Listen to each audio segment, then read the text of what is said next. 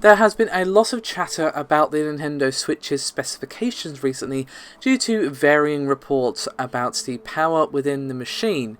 Now, of course, while the real specs are unconfirmed and probably will remain so until the January presentation, which of course is just a couple of weeks away, we have some comments from a former Ubisoft senior rendering lead and co-founder of Second Order, who was speaking on the Beyond 3D forums, and this was none other than Sebastian Altonen.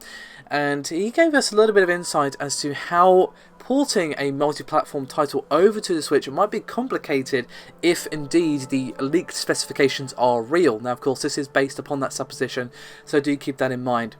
However, and the forum will be linked in the description below, just in case you're wondering, he said, quote, "Around 50% of modern game engine frame time goes to running compute shaders, lighting, post-processing AA, AO, reflections, etc. Maxwell's timed rasterizer has zero impact on compute shaders. 25.6 gigabytes a second is pretty low, as everyone knows that 68 gigabytes a second of Xbox One isn't that great either. ESRAM is needed to reach good performance, but I'm talking about the POV of downporting current gen games to Switch.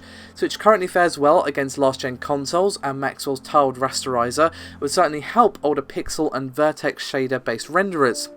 Too bad last-gen consoles already got their last big AAA releases years ago. Easy ports between Xbox 360 and Switch are not available anymore.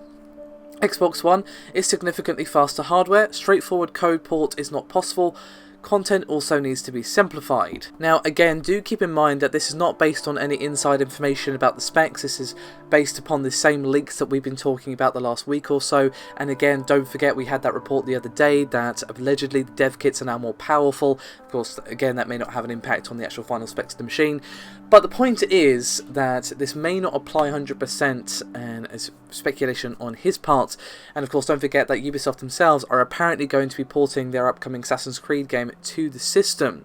So do take his comments with a pinch of salt, but it does of course kind of lend more weight to the concerns about the rumoured specs, if indeed they are true, that porting might not be so simple, and that big long list of developers who are supporting the system might start to dwindle just as it did with the Wii U, if indeed he is correct. Now of course, as I mentioned at the start, it's only a couple of weeks until we find out more about the Switch.